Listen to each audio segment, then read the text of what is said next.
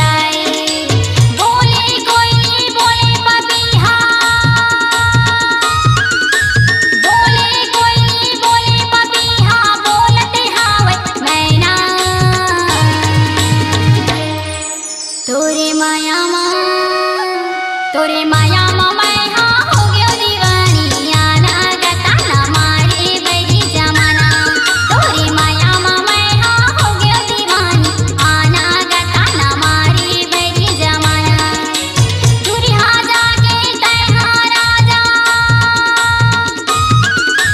दुरिहा जाके तैहा राजा मोरा झन सताना तोरे माया माँ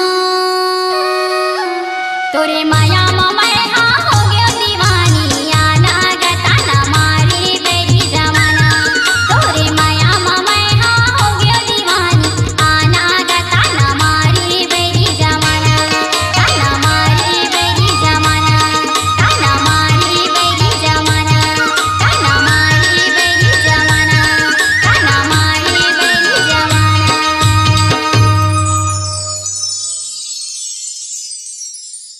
अपनी आवाज को दीजिए एक नया मुकाम। डिजिटल रिकॉर्डिंग की दुनिया का जाना पहचाना नाम स्वरांजलि, जहां गूंजती हैं ध्वनियां अपनी माटी की सौंधी सुगंध के साथ। छत्तीसगढ़ी संगीत के विविध रंग जो पहुंचाते हैं पूरे प्रदेश में डिजिटल रिकॉर्डिंग के संग।